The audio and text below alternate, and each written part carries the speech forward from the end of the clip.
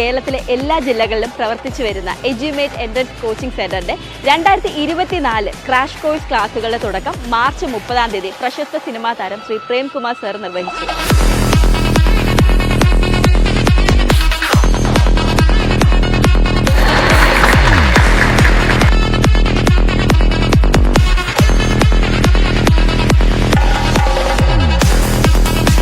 ദരിദ്രരുടെ ദാരിദ്ര്യം നിർമ്മാർജ്ജനം ചെയ്യാനുള്ള വഴികളെക്കുറിച്ച് നിങ്ങൾ സ്വപ്നങ്ങൾ കാണണം, നിങ്ങൾ ചിന്തിക്കണം.